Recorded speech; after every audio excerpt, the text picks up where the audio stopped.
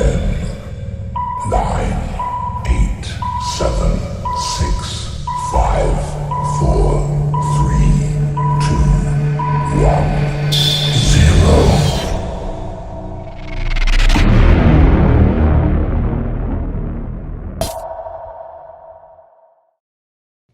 WBSU Bulldog Nation Radio streaming worldwide from your favorite what, your favorite who, your favorite HBCU, Bowie State University. And today, of course, is another episode of The Bold Ones. And we have a very special guest with me. Go ahead. I got my co-host with me. Go ahead, co-host. Introduce yourself. Oh boy, y'all. We're going to do this thing. We're going to get it together. Let's go. And we have an artist in here today who I've known for about 20, 25 years. Me and him, we go way back, like straight backs. You know, I've known him since middle school, going on to high school, and continuing on today. So go ahead. I'm going to go ahead and introduce. Bruce Praying, Big Praying, go to the county. All right. And, welcome to The Bold Ones. And always, when we do The Bold Ones, we do a mental health check-in. So the mental health check-in is pretty much on the scale of 1 to 10, your mental capacity, your family, and your business. So since you're the guest, go ahead and start us off. All together or one at a time? One at a time. Can you say the first one again? Mental capacity, family, and business. It doesn't have to be in any order, but it has to be on the scale of 1 to 10. 1 being bad, 10 being good. I say my mental is about a 4, 5. My family about a 7, 8. Okay. And what was the last one? Business. My business. That's about a 7. Okay, I like that. So another question, since we're on the topic of mental health, what are some of the positive ways you deal with stress and anxiety? Music. And surrounding myself around people that I love. Okay. And so speaking about the people that you love, how do you create a safe space for them to talk about, their mental health, to say maybe something is weighing heavy on their heart, their head? Do you create a safe space for your family, friends, and associates to be able to, talk about it? I mean, it's always a vibe. You know what I mean? Like, we don't really, when somebody want to get something off their chest, we don't really just, we don't really set the mood. You know what I mean? It just come out of nowhere. We just blurt it out. You know what I'm saying? Okay. Everybody just cooling, or everybody just laughing, or talking about whatever. And somebody would say like, man, like, woo woo, you know what I'm saying? Or, it's never like, oh yeah, like, let's sit down and let's talk, you know what I'm saying? We haven't really, I've done that a couple times, but that's not, you know what I'm saying? I'm more of a, like, a realistic guy, you know what I'm saying? Make people comfortable type of guy, you know what I mean? Not like putting people on a spot or making it awkward, or, you know what I'm saying, making people anxiety go out, because I have bad anxiety, so I wait when somebody be like, let's sit down and talk right quick, you know what I mean? So I just say just vibe it out. Just when the vibe is right, you know what I'm saying, it's going to come out. Okay. Well, let's jump into the early career. So how did you come up with the name? All right, so Roo come from short for rooster. Okay. I used to have my dreads, and my nephew at like 2 years old was like, you look like a rooster. Because he knew I Joan, you know what I'm saying? He knew he heard me Joan, and I was Joan with my brothers and stuff like that. So I'm like, man. And he kept calling me, I'm like, oh, man. So he basically, like, kind of stuck with me, because he just kept calling me Uncle Rooster, and everybody heard it and stuff like that. And it literally came like that. Like, everybody kept hearing it and was like, oh, Rooster. And then my friends started, like, playing around and calling me that, you know what I'm saying? And it grew from there, for real. But then I shortened it from Rooster to Roo. And Supreme is just, you know what I'm saying, Supreme. All around, like I'm variety, like, multi-talented, you know what I mean, Supreme, and like I like the clothing line Supreme, but okay. So what I've told the people, we've known each other since middle school, right? Mm-hmm. And especially high school. High school you was known for the Jonas. I'm trying to tell my boys.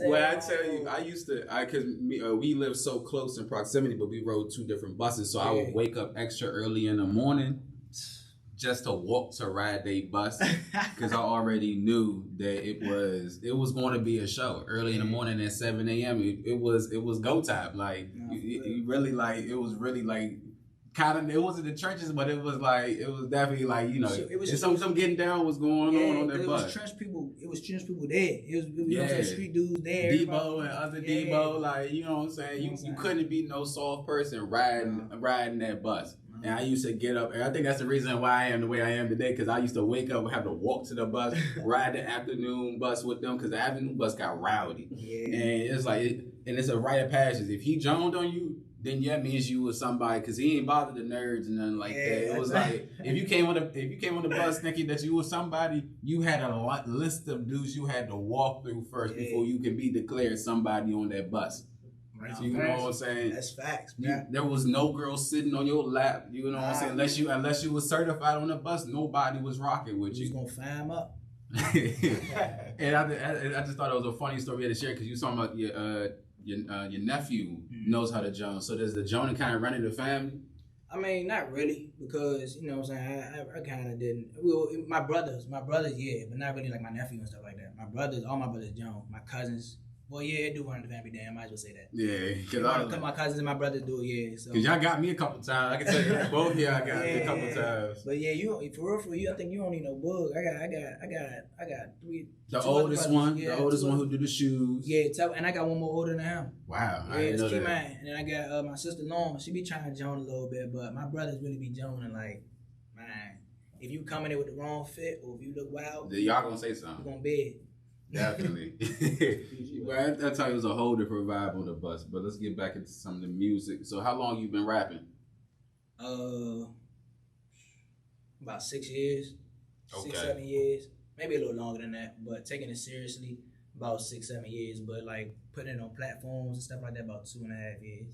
2.5 years, yeah. Okay. And how has COVID kind of changed that up when it comes to booking shows, being in the studio with artists and stuff like that? How has that affected you? I mean, I like doing shows, but I didn't really do a lot of shows because of the professionalism at the shows and stuff like that. As far as like, you know what I'm saying, no hate and stuff, but like it was just like they have a flyer for like 6 people that's about to perform, but get there, be 45 people performing. You know what I'm saying? Mm-hmm. So I'm like, man, like, you know what I'm saying? I wouldn't know all that. You know what I'm saying? It would have been whoop, you know what I'm saying? So it's just, I'm not being ungrateful, but it's just like, you know what I'm saying?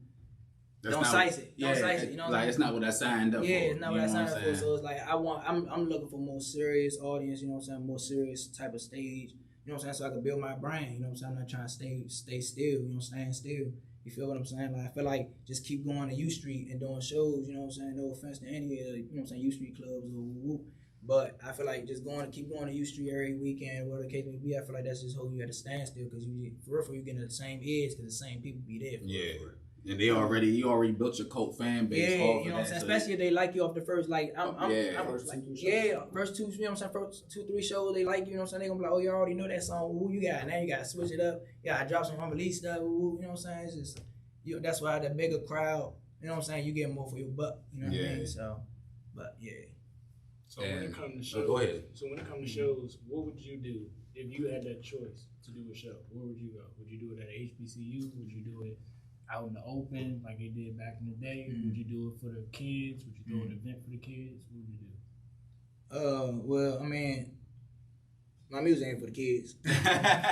But I mean, I ain't nobody role model. Of course, I'm a good dude. You know what I'm saying? I am a good dude, but it's just like, I mean, I'm not out here, you know what I'm saying, just doing, you know what I'm saying, whatever. But, you know what I'm saying? It ain't your target audience. It's not my target audience. You know what I'm saying? Now, don't get me wrong. I do a lot of genres. Like, I sing, I rap, I do like the trippy sing rap style, you know what I'm saying? Mm-hmm. So I can switch it up and do a kid song, you know what I mean? Like, I can do it, you know what I'm saying? I can do things like that. So I can do a, you know what I'm saying, a show for the kids. But my target audience is for, you know what I'm saying, the adults and stuff like that. Yeah. But I would rather choose like a HBCU, you know, like a school, you know what I'm saying, or like something like the Fillmore, like a venue like the Fillmore, you know what I'm saying. Like I look at those type of, you know what I'm saying, performances because it's a bigger audience, you know what I'm saying, more eyes, you know what I mean. So.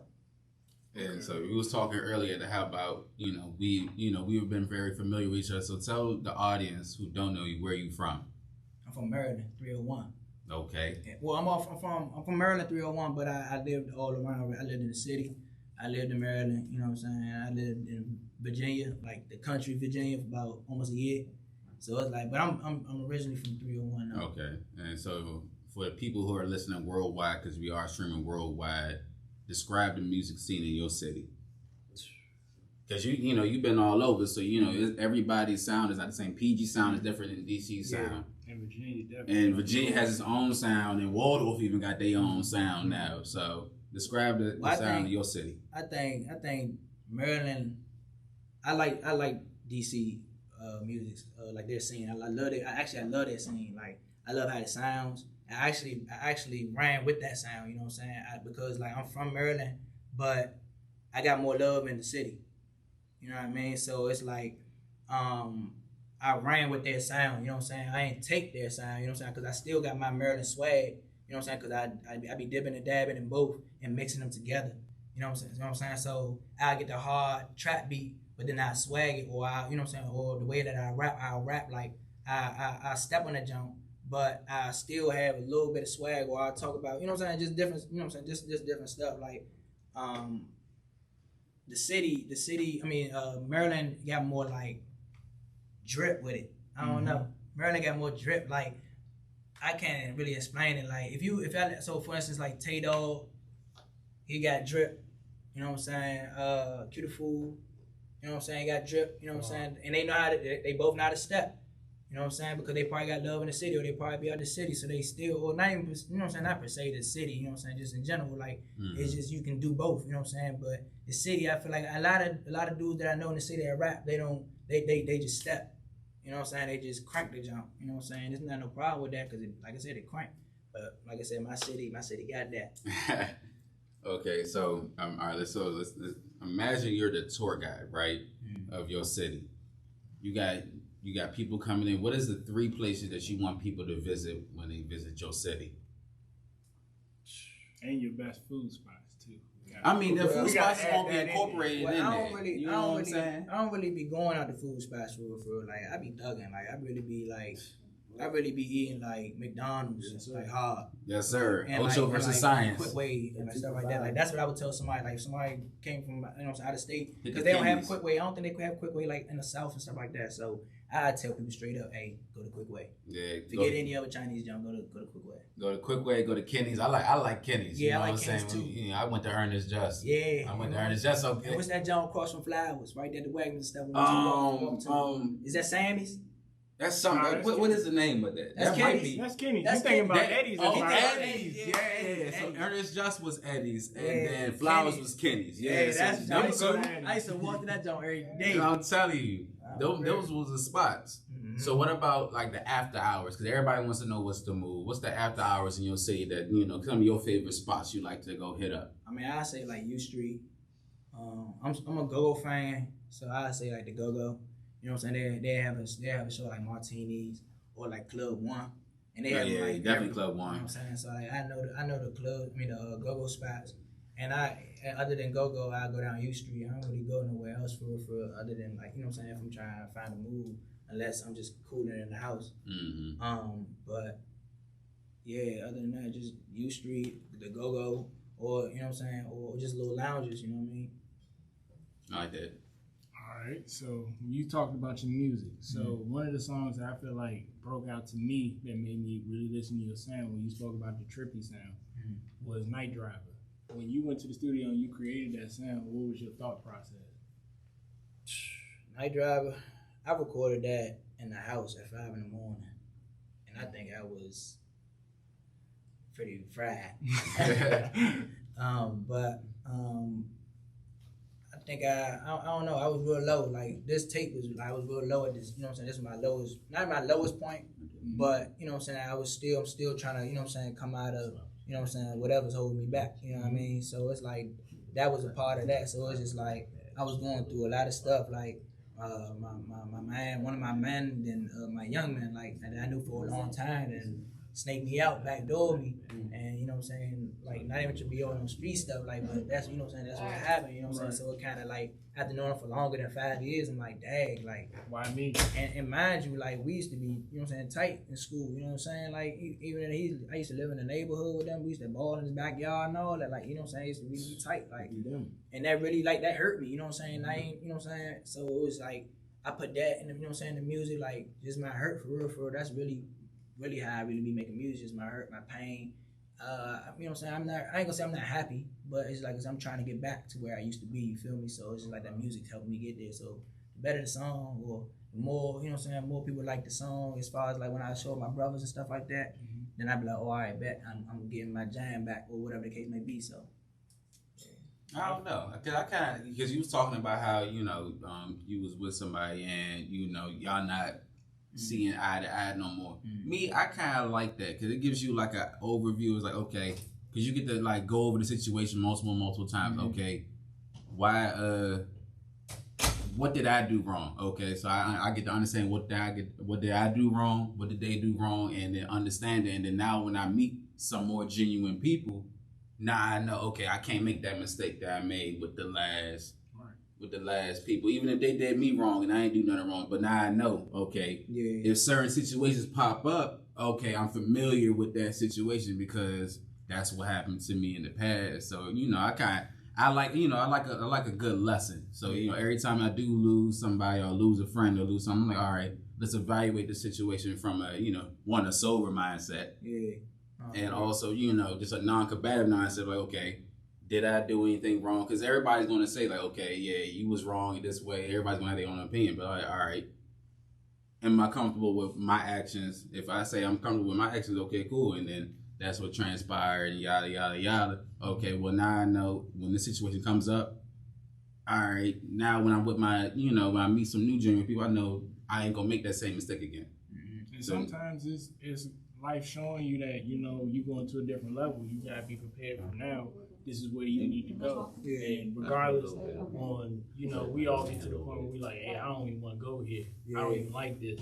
But at the same point in time, it's like, it's a way of God saying, hey, this is what I need you to do. You got to go. This is the level you going on. Yeah, come on. Man, God been shouting at me. I don't know about y'all, but he been shouting at me. He been telling me, yeah, you don't want to go there? Cool, watch this. And I'll be like, all right, bro, all right, I hear you. I ain't going no more. Especially when you chasing your dream. Yeah, especially when it's like, when you destined for something greater, it's just like, you're not going to be, some of the spaces that you used to be comfortable in, you ain't gonna be comfortable in no more. Yeah. You know what I'm saying? That's why, a lot of people, they be like, I don't like going outside. I used to look at people like, why you ain't going outside? Yeah. And that's me. I don't like going outside no more. Yeah, and then the Lord had to yell at me. He was like, this is really what's going on outside. I'm like, all right.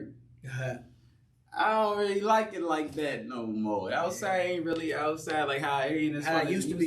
It used to be fun. You know what I'm saying? You used to have fun outside. I sound old. I sound old saying that, bro. Like, and it wasn't that long, bro. It wasn't that long ago that it used to be fun. You know what I'm saying? It used to be lit. Like, used to be lit. Like, we used to always go out. Bro, back when we was in high school, bro, we ain't had to worry about clubs getting shot up. Nobody. You go to a house party and all that, bro. We was having fun. Nobody was, if some, squabble broke out, then it was just a fight. All right, yeah, they, kick them dudes out. We go on about our business, but now it's like when a fight break out, it's like, yeah, let's roll out because you already know what's about to happen. We don't fight no more. So it's like the Lord was shouting at me. Once you get enough of them situations where it's like you see them guys over there and you hear guns ringing out, and it's like, all right, you get it now? Yeah. So I think the Lord be shouting out at us for real because we got a better, calling. But the music. You said you listen to other genres of music. Mm-hmm. What are some of your musical inspirations? I got one for him after that too. Okay.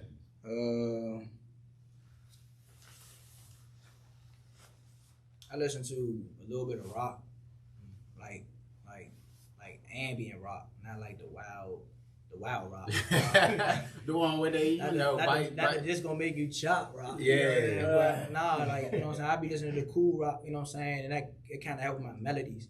You know what I'm saying, with my swag stuff. You know what I'm saying. I don't like I said, I don't really listen to a lot of music. I listen to local people. Mm-hmm. I listen to local artists. Like I said, a name Tay-Dog, Q the Fool, No Savage. You know what I'm saying. I listen to my men. I got a couple bros that rap, and my cousin rap. My man Gooch, my cousin YP. You know what I'm saying? It's a bunch of us that do music for real. So I really just, listen to myself, listen to the local artists, and listen to my man. And I just get ideas, just, just hearing beats for real. But when I sing, I've been a big fan of Chris Brown. So everybody say I sound like Chris Brown, you know what I'm saying? It kind of rubbed off me.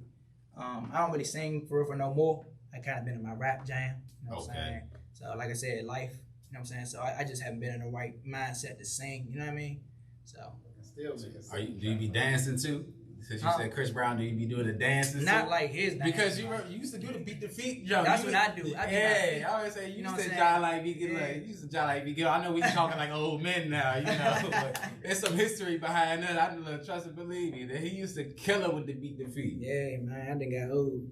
I don't want to be using my feet like that no more. I mean, I do a little bit, you know what I'm saying, like playing, but like I said, that's all I really be doing. I don't really be doing like the Chris Brown stuff. You know what I'm saying? Swagging for real. Chris Brown be pop locking too. Yeah, he would do that with the beat in the feet. And I can't do none of that. You might have to do that in your next video. I mean, I've been thinking about it, but I just been trying to get the right cameraman so that I can get the right angle and stuff like that. Like, I don't just want, you know what I'm saying, do anything. You know what I mean? Yeah. Definitely gonna network after this. I got one thing I actually paid attention to. You made one song, and I think it was like a love ballad. I can't remember the name, but it was like you was on the couch. A girl was right there. It's my Insomnia. Yeah, that's and you gave a different type of style. It was like, you know, even though you could be a G in real world, you could still show, hey, I got a heart. Yeah. You can still show a woman a good time. You can still show a woman how she should be treated. Yeah. And you know, a lot of rappers nowadays, you know, most rappers be like, nah, we don't care about a girl. We don't care about this. But it be capped, because let's be honest, look at Moneybagg Yo. Moneybagg Yo was one of them people. So here's the trick on that though. Not a lot of people peep, but kudos to you peeping that though. But that song for real, not even really about a female. It's about the for real for the female that's in the video is portrayed as insomnia. So it's really, I mean, it probably got a little bit of swag, you know what I'm saying, for the female in it. But most of the stuff that sounds like I'm talking about a female, I'm really talking about like my insomnia, like. You know what I'm saying? I don't really be sleeping at night. You know what I mean? So it's like I go to sleep when the sun come up. You know what I'm saying? So, and that's not every day, but it's almost every day. You know what I'm saying? It's not like it's once in a blue moon. So it's like I made that song literally when I first kind of realized that I was like, man, like I really be up. And like it's not like I be up on the game all night and that's it. Like I'll turn the game off Still be up. And I had to go make a song. Well, I had to get back on the game. So it's like, I be like, man, like I just be sitting there and it just be so much thoughts going through my head. Like, I don't know. But it's insomnia, bro. Like that song about insomnia, bro. But that don't swag though. Yeah. I feel him on that because I be up until 7 o'clock, 8 o'clock. Because once I see the sunrise, I'm like, all right, I did too much now. Now it's like, and I gotta force myself to sleep. And this is like, because it's like I need to like when we up like that, you be like, I need to be proactive. I need to be doing something. I think that's what it is. Yeah, it's like I can't sleep. I gotta do something. You know what I'm saying? Whether it be something simple like, all right, I'm about to go clean. It's 4 o'clock in the morning. I'm cleaning the bathroom because I gotta do something. All right, I'm like, all right, I ain't got no homework done. Cool. All right, edited my videos. All right, cool. Planned out my whole week. Cool. All right, it's 3:35. Yeah, most definitely. Now it's like, all right, no, you asleep, but it's like I'm up. Like I'm up. I'm trying to watch TV, but it's not interesting. Now I need to do something with my hand. I need to do something productive. So that's why I really click with what you were saying. Yeah. So let's go ahead into the pre-studio rituals. Some people do have certain type of rituals where it's like, okay, I need to have a gang of people in the room. I need to have, and some people also like to have, just me, my producer. Mm-hmm. And then some people, you got a couple people who I gotta do 20 push-ups, knock those out.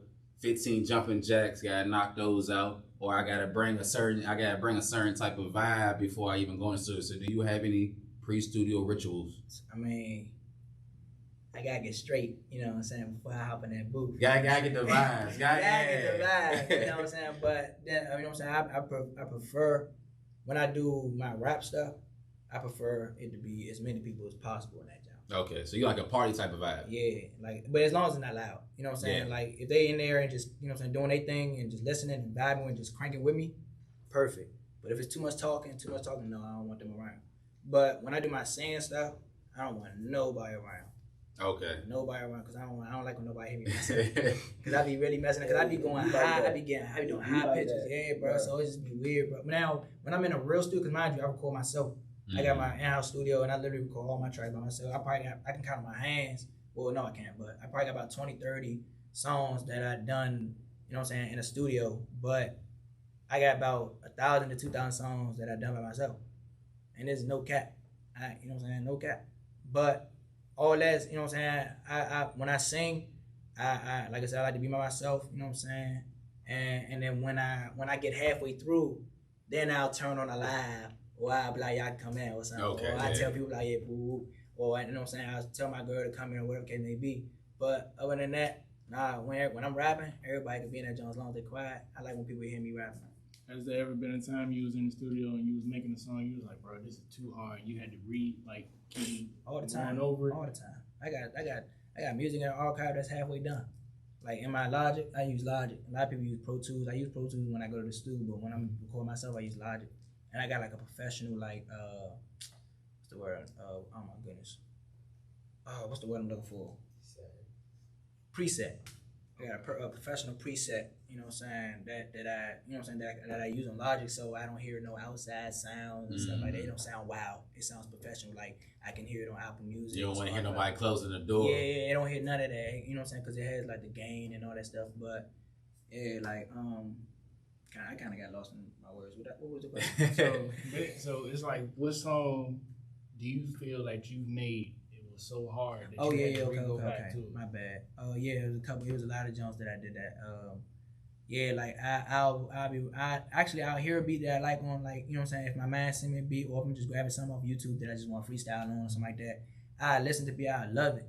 Or, you know what I'm saying, when I download it, I'll try to record, I start recording on it, and I do like 4 bars. Now my rule is I gotta do at least 4 to 8 bars. If I get the 4 bars and it's okay, I'm gonna go to 8. But if I get the 4 bars and it's trash, I'm gonna erase it. Mm-hmm. So that's my rule. I don't care how bad the beat. I don't care how bad, like I'm writer's block. If I gotta get at least 4 bars to quit on that beat. You know what I'm saying? Or come back to that beat. You know what I'm saying? Or like I said, pick another beat. So. It's funny because he was already talking about a question that I had. Oh, handpick. My bad, bro. I didn't mean to cut you off. Oh yeah, go ahead. It's one of my most listened to songs on my tape. It's called Handpick. And it took me like 2 times to record that. Like I didn't did half the song, almost the whole song, and then realized that, I think I showed my bro, and he was like, "Nah, you crank hard on that jump." And I was like, "Oh," and then I redid it, and it spanked. Like that jump crank. So I was like, yeah. What's the creative process behind you making a new song? Really just sitting down and just listening to the beat. Whether I gotta listen to it one time, most of the time I listen to the beat for 30 seconds and be like, oh, this is it, and then I go straight in and I just punch, because I'm a punching rapper. Okay. Or punching, I punch it when I sing too. I don't never write. Only time I'm gonna write is if I have to. You know what I'm saying? Go and I'm gonna punch and rap. Now I don't freestyle. Mm-hmm. I don't like to freestyle. You know what I'm saying?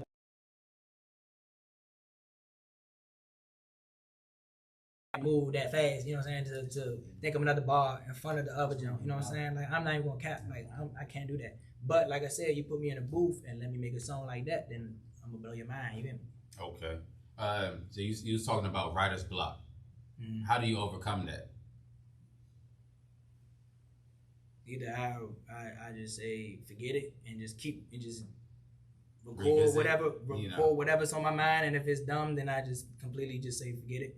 Or I just come back to it another day. Most of the time I come back to it another day. Or come back to it later on that night. How many songs have you made in one night? About like 5 or 6. Solid songs. Like I don't really care, because I think I made more. I think I made 8. But the other 2, I didn't really care for them. I don't even listen to them like that. But the other 6, I listen to. So I stamped 6. You know, this is one of my favorite parts. I got a nice little segment called Quick Draw for Y'all. So pretty much you have 3 seconds. I'm going to give you some rapid fire questions. You have 3 seconds to answer these questions, right? So we're going to begin right now. 3 things you can't live without. My girl, my daughter, and my family. What's your all-time favorite movie? 1, 2. Dang. Hangover. Okay. I was thinking of so many movies, bro. Like so many movies. I like, but Hangover my favorite. That's so funny. Most prized possession. My music. Best and worst advice. My best advice is to keep pushing. And your worst advice. Go by that. Go by that? Okay. Yeah. All right. Who's your role model? Musically or just in general? Who's your role model? That's how you My take dad. it. Your dad, okay. What have you done that you're most proud of? Finish high school. What would you be doing instead of rap? Videography. Okay. Describe yourself in one word. Versatile. I like that. I like that. You gotta get up for that one. I like that. I like that. All right. Because usually that'd be like a 30-minute segment. I messed up the half. Hey Mo, I was trying to think of that. I was like, bro, I know it's on the tip of my tongue, bro. Like I knew what I was trying to. Because usually when we do it, it'd be like a 30-minute segment. You know, they gotta break it down. So we're gonna go back into some of the more music, right? Okay. Your favorite song you recorded thus far? I got a bunch of them. I only have. But you gotta give me number one. No, I got one. Get busy. Get busy. Mm-hmm. Out of all your whole catalog, your top 3 that you would play right now if you was getting signed for a label and you had a show tomorrow. You at Def Jam. Def Jam was like, give us your top 3. You at Double XL, sold out. Oh, They Double already- XL. Okay, you. all right, I like You got that. I 3 like that. of your best songs you got to choose tomorrow, and they gonna jump to it. What are you picking? Out of all my music, just to take All. that. All my music. Handpick. Mm-hmm. Get busy. 1. And Night Drive. 2. You got 1 more. Oh, get busy. 3. Okay. And so since you said earlier, you got 20, 30 songs that haven't been completed. So for the songs that have been completed, which one of them goes and becomes a music video, and how do you decide which one becomes a music video? That's my hardest choice. Do you let your fans decide, or is it? Not really my fans. I let my team decide. Okay. My team and my brothers, my siblings, my family, but mostly my team, I show my family sometimes, because I want to surprise them. I don't want to keep letting them hear it for real. Like, those are the people who I really want to be surprised when they hear my new crank. Mm-hmm. Most people send it to their family and keep sending it to their family. Like, I'm not that type. I send it more to my friends. Yeah, I'm still the same way about them too. I just told him, my manager, my brother the other day, that I didn't even want to send him the music no more. He told me, you have to. Like, you have to. It ain't no way around it. Like, I'm trying to figure in my head, I'm trying to figure out how I'm gonna not send this man his music. I'm like, he like, no, you got to. Like, I gotta just be that second audience ear. He's my manager, my brother, but he's also the audience. You know what I mean? Mm-hmm. So he has to, and it's not just him. It's like I said, it's a bunch of my friends that I send it to, or like I said, it might just be him. Or I send it to my girl, I show my girl. That's another person that really be telling me for real. Okay. So now we're gonna cut into, because I heard you say you sing. Mm-hmm. Has there ever been a time when you thought about, Valentine's Day in the past? Everybody was buku crazy for that. Mm-hmm. If you were able to make a love ballad, the liquor store made money off of me on Valentine's Day. I ain't gonna lie to you. already made one, man. I got in that vibe, man. I told you I got a girl, man. I gotta do that, man. Yeah, you was whining and dying. I got now. If I was single, I probably wouldn't even thought of that. But I did a song called Love Letter. Okay. So it's for just in general, just any girl that's listening to it on just on Valentine's. Just tuning in. Any of my audience. But just for any, whether they, they don't have a Valentine's, whether they do have a Valentine's, whether they together, that song was specifically for Valentine's, But like I said, I probably wouldn't even thought of that. But I did a song called Love Letter. Okay. So it's for just in general, just any girl that's listening to it on just on Valentine's, just tuning in, any of my audience, but just for any, whether they, they don't have a Valentine's, but they do have a Valentine's, whether they together, that song was specifically for Valentine's, But like I said, I put a twist on it, I put a swag on it. So it's not, like boo loving, mm-hmm. But it's, it's heartfelt. Yeah, it's heartfelt. So speaking just a year, even though we're a little bit ahead of time, we're just gonna say next year, Valentine's Day come around. Is it possible your fans could get an EP of maybe 2-3 love ballads? Maybe. It depends. Cause I just like told myself I wasn't gonna drop a tape until I really had a base. Cause like I said, I dropped a lot of tapes. Like people not even here. Like I got a lot of music, bro. Like, and I've dropped a lot of tapes. I even took tapes off, and I took like 4, 5 tapes off. Like not just 1 or 2. You know what I'm saying? So it's like, I'm trying to put a pause on the tapes and just step on with the singles and just so everybody can focus on the singles. You know what I'm saying? Like not that this is. I mean, it's a strategy. Of course, it's a strategy. It's a music strategy, but it's not really. I don't really think of it. That's why my folks be getting mad at me because it's like you're not thinking of it as a strategy. You thinking of it because I get that you love it, but you thinking of it as just a regular thing. You know what I'm saying? So I had to get more focused. I feel like I'm more focused now. You know what I'm saying? Within this past year, I kind of got a little more focused with the music stuff. You know what I'm saying? So I say, like I said, it just depends how everything coming along with the singles that I dropped this year. Now, if I don't get to where I think I'm, you know what I'm saying, I'm supposed to be or whatever, as far as myself. You know what I'm saying? Then probably not. I might drop another single. But other than that, I might. You know what I'm saying? Okay, I have a question, and this is one of my favorite questions to always ask artists. And, you know, it kind of gets like a really idea of like how your mental is and stuff like that. So my question is, how do you feel that you've progressed since your very first single? That you like your very first song, the very first time you stepped into the studio, to the song you most recently created. How do you feel that you have progressed as an artist? Tremendously. Like I think I got more drip. You know what I'm saying? I got more organization with it. You know what I'm saying? It's like more. It's more. What's the word I'm looking for? I don't know why I keep. Professional. More professional. You know what I'm saying? Like at first it was more like. You know what I'm saying, just throwing it out there, you know what I mean? I wasn't really, like I said, I wasn't really taking the music serious at first, because like I said, I had just left my folks' crib, you know what I'm saying, so I'm on my own now. So you're not around the way no more? Heck no. Okay. I haven't been around there in like 7 years, 8 years, man. Wow. I left over there when I was like, I just turned 19. So when I left, I was on my own since then. Wow. Yeah, man.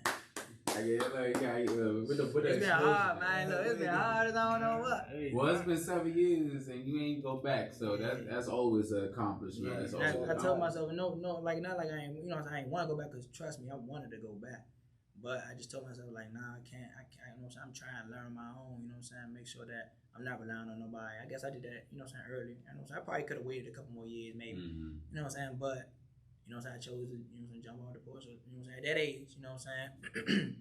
So shout out to her. Shout out to whoever jumped off the porch earlier than that. Cause it's hard, bro. It was hard for me. I ain't gonna hold you, Slam.